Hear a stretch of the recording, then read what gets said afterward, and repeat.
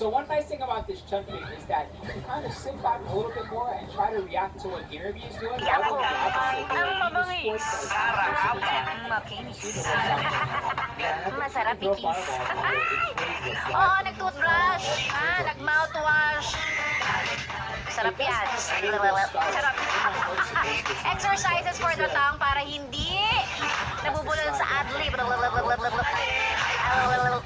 Ay! Tama na nga, baka ang pangit pala pakinggan ito sa radyo.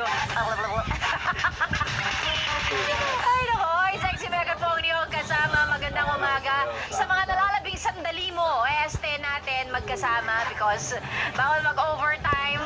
Mag-aalas 9 na at eto be! Topic lang naman natin ngayong umaga, napakasimple. Ano yung mga moments na mapapasabi ka ng, uy, sarap sa ears. Yan. Things or moments that make you say, uy, ang sarap sa ears. Ayan, ito, magbasa tayo ng mga sagot ng mga best natin from our Facebook page. Sabi ni April, yung pinaka-the best o pinaka-masarap sa ears ay yung may magsasabi sa yung katrabaho mo na, huy, may sahod na. Ayan. Lalong-lalo na kung damang-dama mo ang petsa de peligro, talagang gumagapang ka na sa lusak, di ba? Damang-dama mo ang kahirapan ng buhay, nasa laylayan ka ng laylayan ng lipunang ito. Pag sinabing may sahod na, ang sarap talaga sa ears, di ba? Kahit alam naman natin pare-pareho na walang matitira, at least may natatanggap, di ba? Pwede na rin, sige na.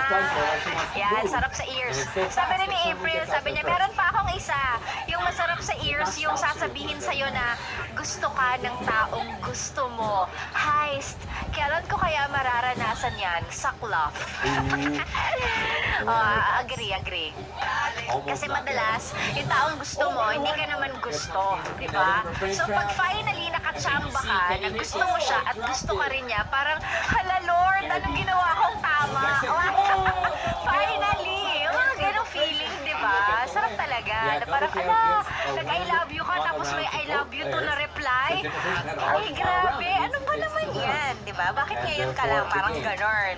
Yan. O, eto pa.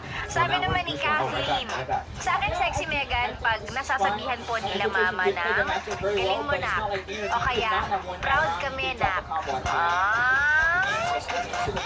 Alam niyo, naniniwala ako na yung words of affirmation, no, pagdating sa mga ganyan, lalong-lalo na para dun sa mga bagay na pinaghirapan mo, kahit hindi naman love language mo ang words of affirmation, pero it's always nice, it's always good to hear pagka naririnig mo from other people na, uy, good job yan, uy, very good yun, uy, ganda ng ginawa mo.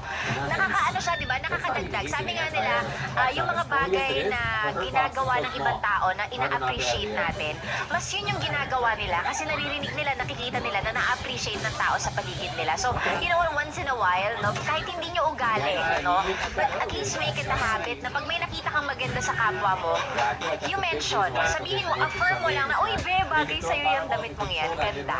Yung ganon, hindi sa nang bobola ka, but you know, you can never can tell. You can never tell how your good words can go a long way para dun sa tao na yun. Diba? Masarap talaga sa ears yan. Uy, be! Ganda! Bagay sa'yo yung damit mo na yan. Uy, ang ganda nitong ginawa nyo na to. Yung mga ganon, it's always good to hear yung mga papuri. Diba? Ganon. Of course, again, hindi naman sa mambobola ka. But you know, pag may nakita kang maganda, you mention it. Yan. Kasi, yun nga nakakaganda ng araw. Diba? Kaya dapat sinasabihan niyo po ko lagi ng maganda ako. Kasi pinaghirapan ko naman to. Hirap yan mag-makeup. Guys, ako, wala man lang makakapansin. Sasabihan pa ako ni Tolex ng madungis daw ako. Grabe kayo. Ito pa. Tagtag na sagot, sabi ni Iris, tuwing sinasabi niyang mahal niya ako, sarap sa ears, akala mo totoo, tapos malalaman-laman mo, lulukuhin ka din pala. O sabi ni Tolitz, masarap daw sa ears pag nagsabing, may nagsabing may TF na, di ba? Basta talaga usapang pera, nakaka-good vibes, sarap sa ears.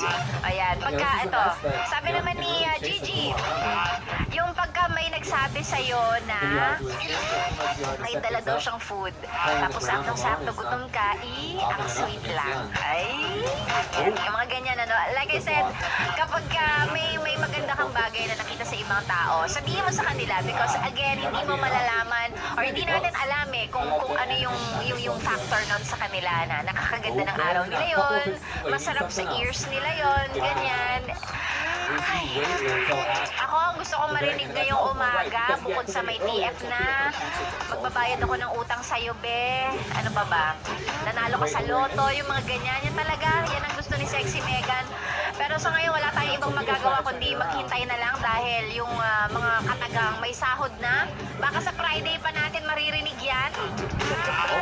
Kasi sa Friday pa yung payday, ano ba? Di ba Friday pa eh? So, konting hintay na lang tayo, maririnig na rin natin yung mga words na yan. But for now, I hope mag-enjoy ka sa pakikinig sa amin dito sa Yes the Best. Dahil susunod na syempre, Ganda Wanda kasama ang mga kumasa sa hamon sa ating Yes the Best singer on the air. Para sa mga best nating, alam mo na, may talent sa pagkanta. And of course, marami pa tayong pinamimigay dito. Ang daming promong dapat abangan.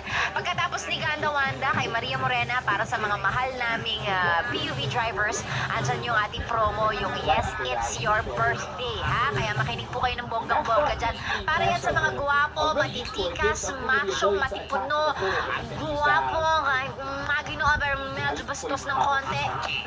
Para sa inyo yan. Yes, It's Your Birthday po. Oras ni Maria Morena. And I'll see you guys again tomorrow. Ayan, sama-sama natin ituwid ang ating Tuesday. And bukas, I'll see you guys again. Alas 6 hanggang alas 9. Kasama po ang inyong ka-sexy time, 26 to 9, Sexy Megan. Sa stasyong nakakayaw, nakaka-fresh, 101.1. Yes, the best. Kasama po ang madungis, mabangis, makinis. Sexy Megan saying bye-bye, good morning. I love you. Happy Tuesday, everybody.